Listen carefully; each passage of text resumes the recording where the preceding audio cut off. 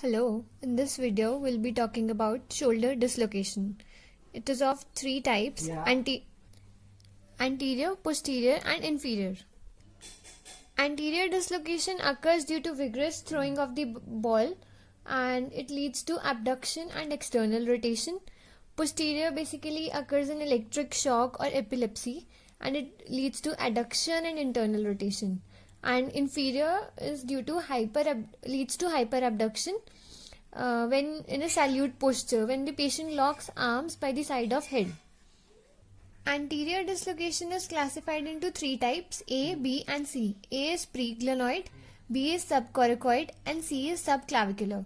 And there are two types of lesions: Bankart's lesions and Hill-Sachs lesions. Bankart's is basically antero-inferior avulsion of the glenoid labrum, and Hill-Sachs is opposite of that and it is in the posterolateral quadrant. And we have two tests to look for shoulder dislocation. One is the Dugas test and other is the Hamilton ruler test. In Dugas test, the patient is unable to touch his opposite shoulder. In Hamilton ruler test, when a ruler is placed on the lateral side of the arm, it touches the acromion process and lateral condyle of the humerus simultaneously due to flattening of the shoulder.